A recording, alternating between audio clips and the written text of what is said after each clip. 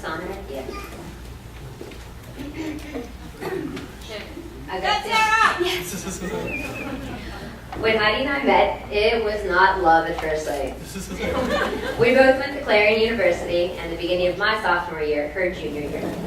We were living on the same floor in our dorm. We sized each other up from across the room, not knowing if we get along with each other. We were both outgoing, independent, loud, and strong-headed. So when you get two people like that in the same room, it may not be the best. But instead of finding a foe, I found a sister instead. So much that when people saw us around campus, we were asked if we were roommates, and if not, were we sisters? As if the two were related somehow. We never really got that, but we were okay with it.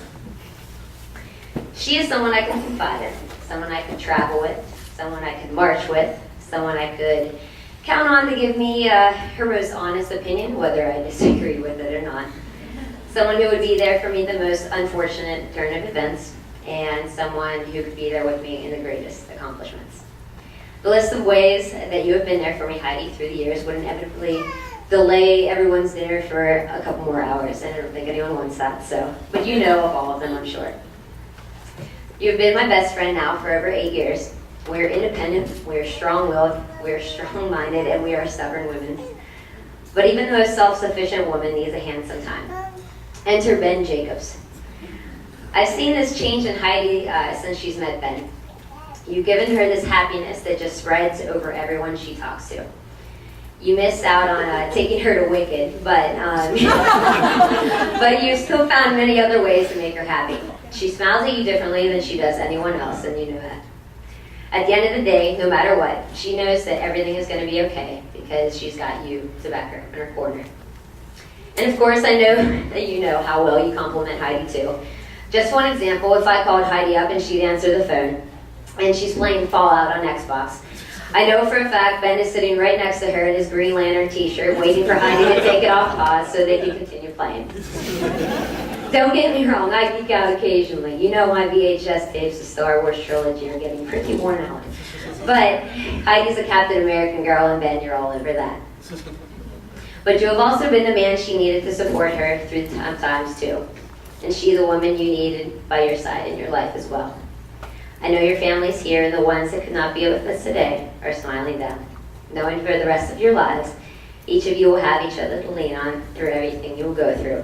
I'm not crying yet, that's pretty exciting. Ben, you have not only gained a wife, but you have now had the greatest and most loyal friend you could ever ask for. And Heidi, you have not only gained a husband, but a dedicated partner who will never leave your side for the rest of your life.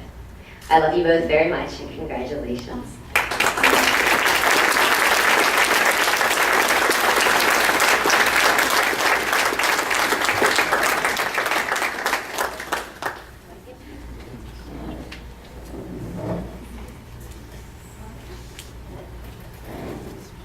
How's everybody tonight? Everybody having fun? If you're not having quite enough fun, I do want to remind you the bar is right there. I myself plan on having a lot of fun tonight. First off, I would just like to say that my name is Aaron, for those of you that don't know me, and this is my first experience of playing such a large role in a wedding.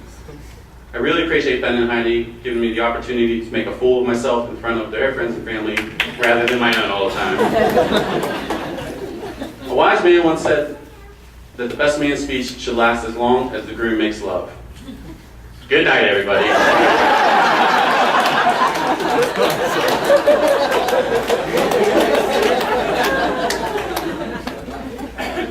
I would like to thank the parents of the bride and groom, Mr. and Mrs. Jacobs, for the wonderful rehearsal dinner last night, and of course the open bar, and to Mr. and Mrs. Schrader for the beautiful ceremony and reception. I promise we'll try not to wreck the place. We may not succeed, but we will try. Now I may honor the bridesmaids. Don't they look amazing? Everybody? I, for one, am incredibly happy that I'm still single.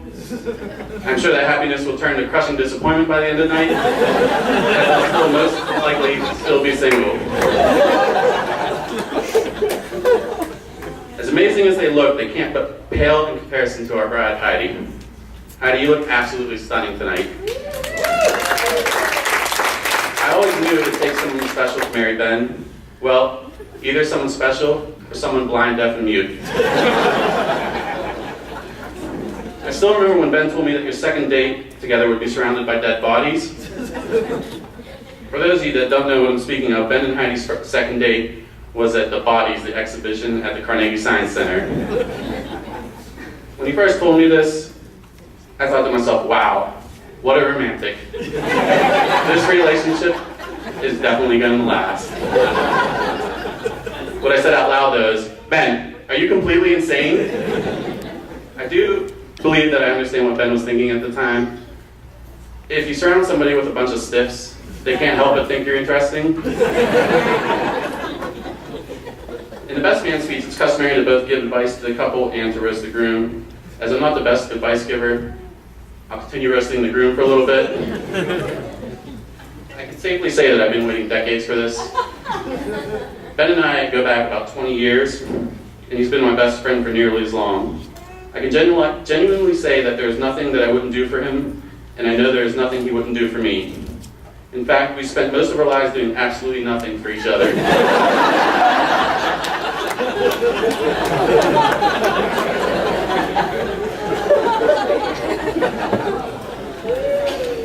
The first time I met Ben, he cut a somewhat less than fashionable figure, and nothing's changed.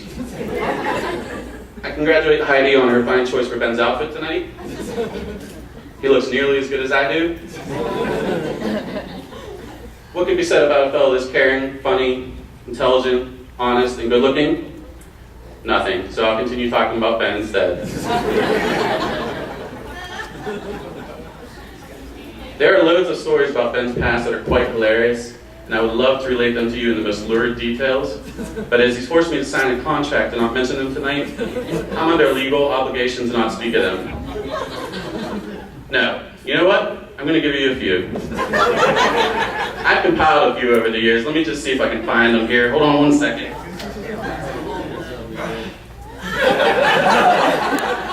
Give me one moment. Volume 1.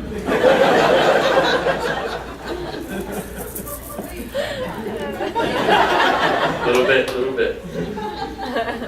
And seriously, I do have some marriage advice for you, Ben. I've been told that marriage is a give and take relationship. You give, she takes, and takes, and takes, and takes. It's also important to set the ground rules and establish who's boss, then do whatever she tells you.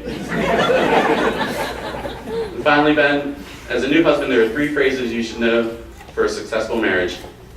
I'm sorry, you're right, and I'll never do that again.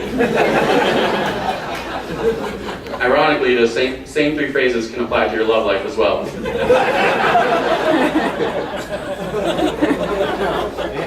In all seriousness, though, it is an honor to have been asked to be the best man here today, but I do feel a certain relief to see the end of my duties in sight, as I'm totally certain that Ben will never have any need to ask me to be his best man again. You've been the best friend anyone could ask for, and I have no doubt that you'll make an even better husband.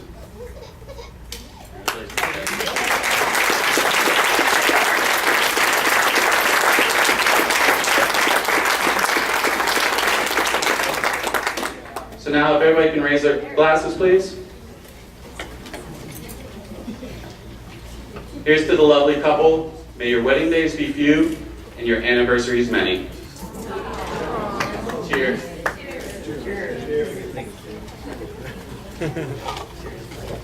Cheers.